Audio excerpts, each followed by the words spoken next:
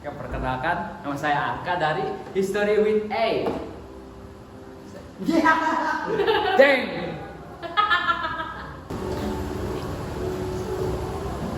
Oke, jadi kita di sini bersama siapa? Regina Fiana. Oke, ya. Di sini ada yang di sini kita mau membahas tentang sosial Mesir kuno. Salah satunya itu tentang kasta di Mesir kuno. Kamu tahu tentang Mesir kuno nggak? Beberapa tentang kasta di sini. Kurang tahu.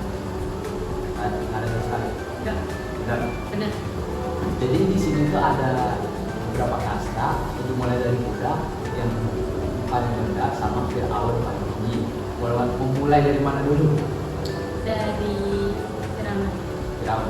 Berarti Firaun itu kan bentuk sosial paling tinggi. Jadi dia punya hierarki paling atas. Yaitu ngatur agama, sosial sama budaya gitu di sini. Pokoknya semua kendali itu punya dia. Di bawah Firaun itu ada pejabat atau semacam bangsawan gitu. Mereka itu biasanya semacam keluarga dari Firaun atau orang kepercayaan. Jadi mereka itu tugasnya buat ngurusin administrasi dan hukum gitu. Terus di bawah pejabat kan ada pendeta. Pendeta itu biasanya lebih dihormati gitu daripada bangsawan atau pejabat. Tapi pada dasarnya enggak. Cuma ada beberapa sebagian yang emang lebih tinggi kastanya karena mereka dianggap perantara antara manusia dan dewa. Firaun itu termasuk dewa berarti. Iya, Firaun itu termasuk dewa. Dia tuh dibilang wakil dewa lah. Jadi dewa berbentuk manusia gitu. Pendeta itu berkomunikasi sama dewa. Iya. Soalnya mereka berkomunikasi sama Firaun.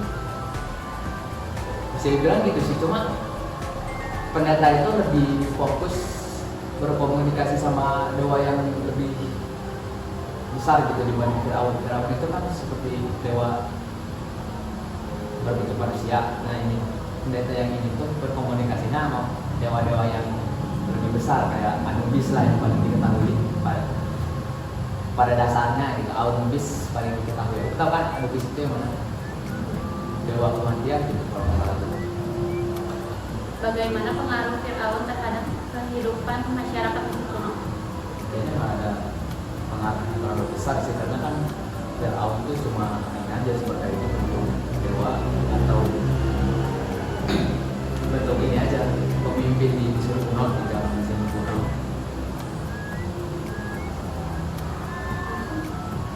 Terus lanjut dari mana tadi? Dari pendeta ke juru tulis.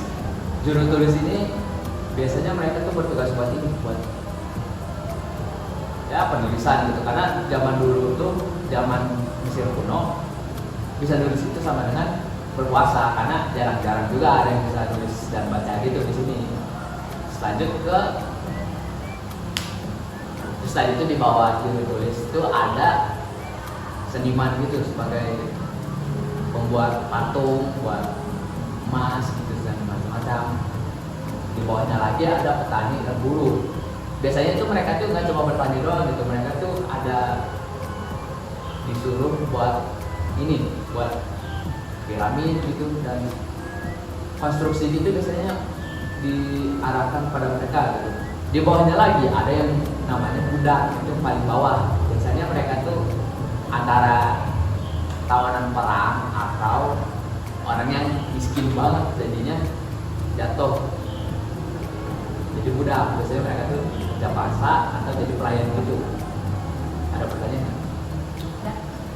Kalau misalnya di sistem kasta, karena kan ada kelas. Ada kelas ada sih, cuma buat budak itu mungkin nggak terlalu bisa sih. Mereka bisa merdeka gitu, kayak mungkin bebas, tapi nggak terlalu ada kesempatan buat naik gitu. Jadi mungkin mereka bisa bebas dari perbudakan, tapi mereka bakal hidup jadi ini aja, jadi masyarakat biasa aja, mungkin jadi petani gitu. Biasanya kalau jadi dari petani mau naik itu paling warisan. Misalnya petani punya anak dan anaknya itu jadi juru tulis, itu tuh bisa jadi kunci buat mereka naik jabatan. Biasanya untuk jabat itu udah jelas lah, karena mereka keluarga sama Firaun, jadi mungkin diwariskan dari Firaun itu ke salah satu keluarganya gitu. Dan sisanya mungkin ya gitu-gitu aja. Pokoknya di sini tuh naik kasta itu bisa, cuma nggak terlalu gampang lah, sulit. Simpelnya gitu, sulit.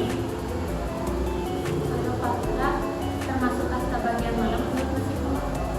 Cleopatra itu sebenarnya bukan salah satu bagian dari kasta Mesir kuno, tapi sebenarnya Cleopatra itu bangsa dari Yunani yang masuk ke Mesir.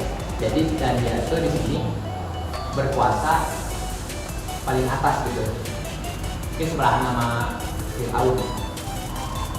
Dan kalau nggak salah ini Mesir ini tuh salah satu bangsa yang paling menghormati wanita gitu. Jadi dibandingin sama yang lain di zamannya, wanita itu paling dihormati di sini.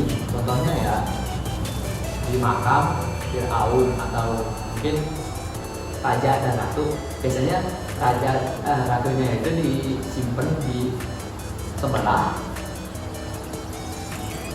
rajanya. Biasanya kan di bangsa lain atau negara lain di zaman ini mungkin wanita itu direndahkan gitu, lebih sering direndahkan, raja di atas, wanita di bawah. Cuma yang di sini di Mesir kuno ini sama untuk perceraian dan semacamnya itu, wanita lebih punya advantage gitu, semacam keunggulan di dalam perceraian. Wanita bisa dapat ini hadiah yang lebih banyak lah, simpelnya mah hadiah ya, dari cowoknya. Jadi pokoknya di sini tuh udah lebih maju lah, walaupun kasarnya agak ribet, tapi tentang wanita atau cewek lah, semuanya mah udah maju gitu dari kamu lain. Jadi pokoknya peradaban, bukan negara, bukan bangsa ya, peradaban salah. Peradaban Mesir kuno itu lebih canggih lah, bukan canggih sih, semacam apa ya? Lebih maju dibanding peradaban lain, walaupun emang ketat juga peraturan di zaman situ. Oke, mungkin udah segitu aja sih tentang pembahasan Mesir kuno. Ada pertanyaan lagi nggak yang mau ditanya? Nggak ada sih. Ada. Itu berhubung waktunya emang udah mepet juga, jadi kita udahin aja lah ya di sini. Halus. Dadah guys.